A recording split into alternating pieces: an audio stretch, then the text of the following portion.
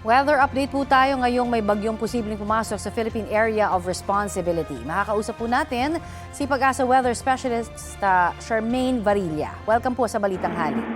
Yes, magandang hapon Ma'am Connie, maging sa lahat po ng ating mga tipanig. At sa ngayon po, yung bagyo sa labas ng ating Philippine Area of Responsibility na may international name na Tropical Storm Jangmi ay huling namataan sa layong 1,135 kilometers silangan ng Eastern Visayas.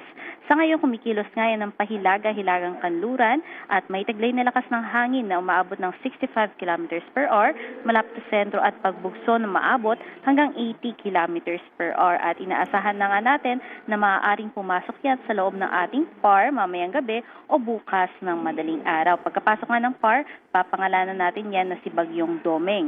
At inaasahan nga na habang nandito yan sa may silangang bahagi ng karagatan ng ating bansa ay maaari pa yang lumakas at umabot ng typhoon category habang kumikilos pahilagang kanluran o northwestward hanggang Hilaga. Bagamat mababa naman yung chance nito na maging isang ganap na bagyo, inaasahan natin na by weekend maaari itong patuloy na humatak ng southwest monsoon na kung saan maaaring magdulot ng malalakas na mga pagulan dito sa may bahagi ng Mindanao, Visayas at mangilan-ngilang bahagi ng Luzon. Kaya patuloy tayong mantabi sa pag-asa hinggil nga sa mga possible developments ng binabantayan nating bagyo.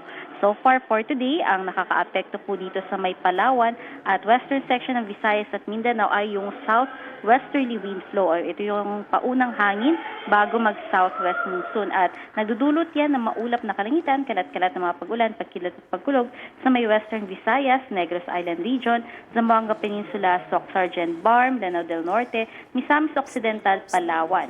Samantalang yung trough nga nitong bagyo sa labas natin ay nakaka-apekto sa buong Mindanao at dito naman sa buong Metro Manila, asahan namang natin chance ng mga pulo-pulo at panandali ang mga pagulan, pagkilat at pagkulog.